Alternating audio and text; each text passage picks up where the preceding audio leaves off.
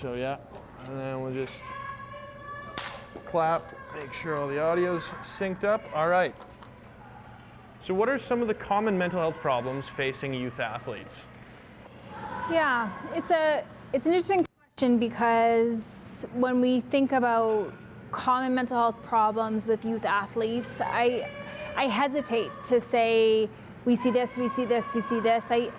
I think a lot of what we're seeing is our athletes coping with a lot of the different pressures that sport inherently and not inherently kind of really puts on our athletes to be able to develop and cope with. Some of them I think are age appropriate, others I don't think they are. Oh, for sure. How has the access to mental health aids, guides, or programs helped youth sports from your perspective? Definitely awareness, for sure. When we're talking about mental health, it's not just about mental health in general. Now we're talking about sport-specific mental health, which is really important because there are different stressors and intensity levels when it comes to our athletes and what they're facing. So I think awareness has been incredible. When it comes to our pro athletes or Olympic athletes having those conversations, little people listen to that and they take it for what it is and understand that. So I think there's been a tremendous movement in visibility and awareness. And with that awareness, do you think you've now started to see a rise in mental health problems, I guess we can call it? No, I don't think there's been a rise in mental health problems. I think the stakes have become higher in terms of what our youth athletes need to deal with. I think we all have more awareness around what mental health is, and I think we have more awareness around how us as adults and leaders in sport impact that. So I think that we're seeing more people talk about it where maybe we weren't 15 years ago. So we're naming it differently now. For sure. And with a rise in professionals speaking out about their dealings with mental health, and with the more resources available, does that affect the numbers as well? Just the rise in mental health cases. Yeah, I think it gives people permission, right? I think it gives people permission to, come forward with what they're feeling and experiencing. And I think it destigmatizes, I can still be an incredible athlete and mentally tough and really struggle to regulate myself or from an emotional perspective. So I think there's massive benefit to our youth athletes being able to see that these incredible, almost like godlike figures have things they struggle with too. So it definitely gives permission for our young people to hold two feelings. You can be a great athlete and also really struggle with how you regulate your emotions. Perfect. What are some of the most significant barriers kids or parents are facing when it comes to youth sports? When I read this, I'm holding two feelings right now because I'm okay, the therapist side of me, and then there's the parent side of me who also has little ones in sport.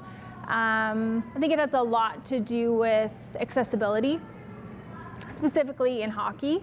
And I know that's a really layered sort of problem that we have to solve. I think for me, it also has to do with, the struggle between, is this family time or am I taking this time on Mother's Day to go take my son to a hockey game? And which one, I want him to succeed. I want him to have every opportunity in the world, but I also want him to understand the value of people and family. So I honestly, that's a huge barrier for me as a parent, and barrier, not a stop, because I think that those are things we can certainly work through. And I think I would challenge the sporting system to really understand the problems that parents are facing, and really hear them and work to kind of create that solution for them. Yeah.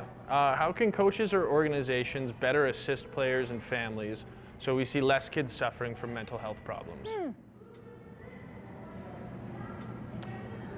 So nuanced, that question, Adam. I think it has to do with education, for sure, and not just educating the athlete. I think, the adults and the leaders, the people leading the charge, really have to understand their impact and power in this and how we're going to combat this. We always say that sport has and is such a tremendous vehicle for so many societal issues that we're struggling with, and I think sport is so well positioned to tackle this.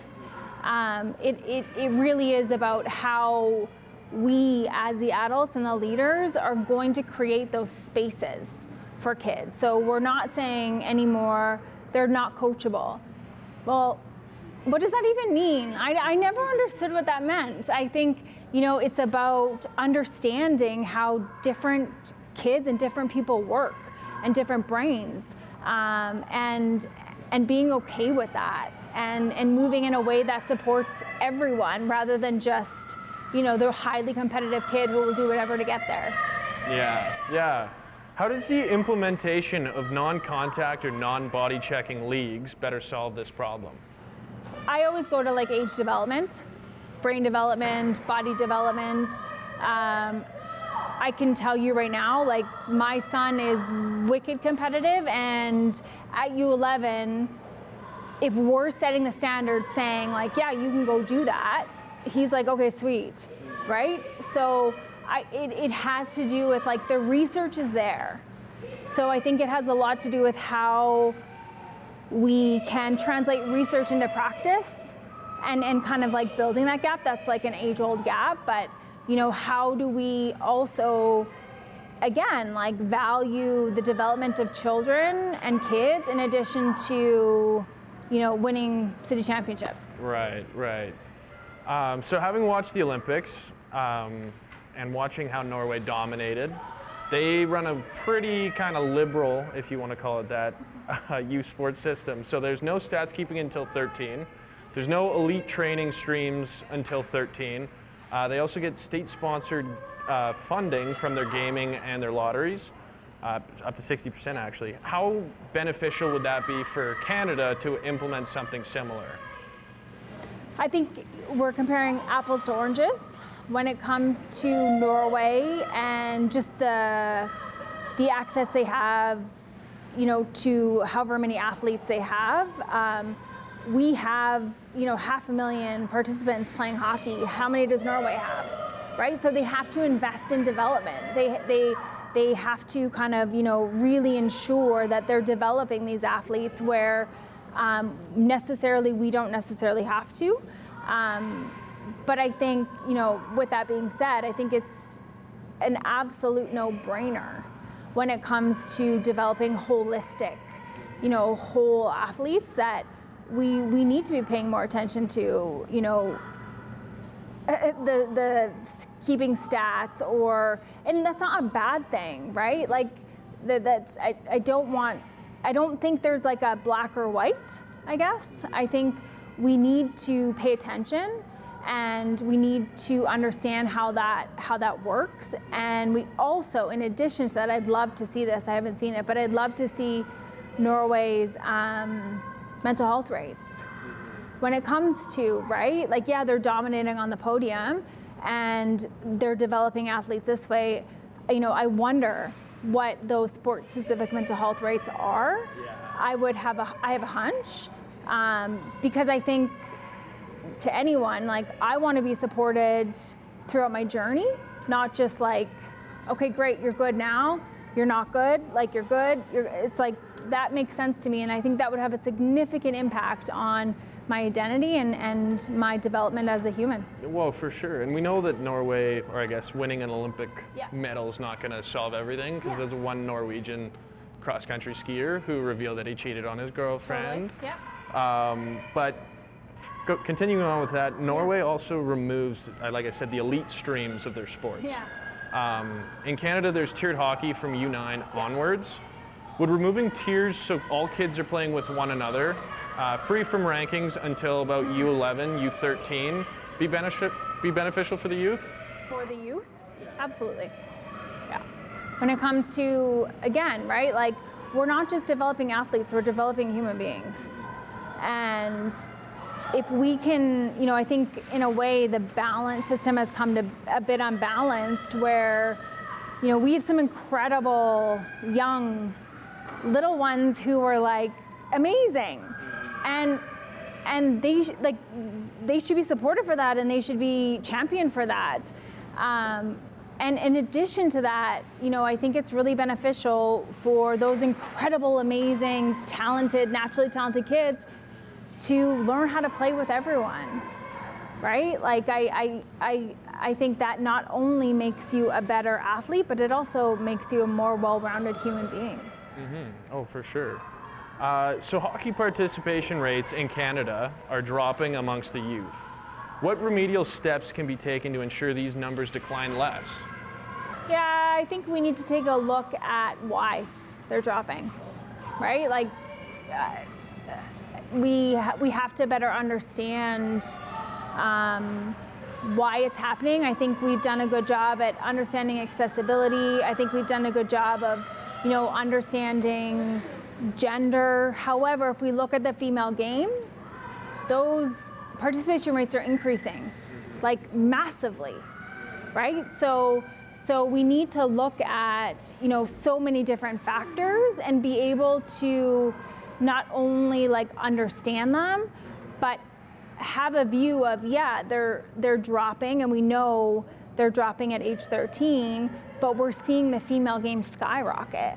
So what is that about, right? What are they doing differently? And what's like, just have a bit more of an understanding of like the whole landscape and where those successes are and what are they doing, so we can make sure that all kids have the opportunity to buy in that way. Oh, for sure. Last question I have for you is, why have coaches in your mind taken so long to respect players' mental health in professional leagues to grassroots levels?